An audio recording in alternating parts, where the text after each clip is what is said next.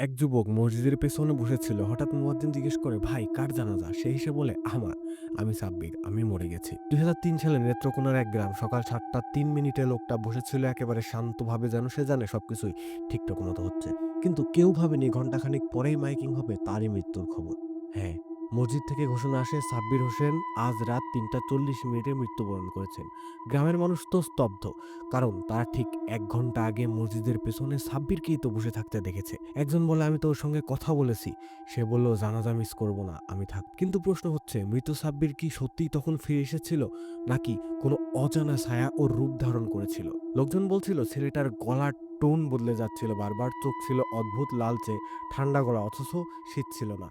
কিছু বৃদ্ধ বলে, যাদের জানাজা অপূর্ণ থাকে তারা মাঝে মাঝে নিজেদের জানাজা দেখতে ফিরে আসে। কেউ কেউ বলল, ওটা সাব্বির ছিল না, ওটা ছিল শুধুমাত্র একটা সত্তা যে তার দেহ ধারণ করে এসেছিল। সেই ঘটনার পর থেকে মসজিদের পিছনের সিঁড়িতে নাকি এখনো কেউ কেউ বসে থাকে রোজ ভোরে। কেউ তাকাতে সাহস করে না, কারণ সবাই জানে ওটা আর সাব্বির না, ওটা হলো মৃত্যু নিজেই। এটা ছিল ১০০ দিনের মিস্ট্রি চ্যালেঞ্জের ডে ৮। কাল আসছি এমন এক ঘটনার সাথে যেখানে এক বৃদ্ধা ৪৮ বছর আগেই মারা গেছেন, কিন্তু এখনো প্রতিদিন পত্রিকায় নিজের মৃত্যুর খবর খোঁজেন। সাবস্ক্রাইব করো, কারণ কেউ জানে না কখন কার ছায়া কিভাবে ফিরে আসবে কার দেহে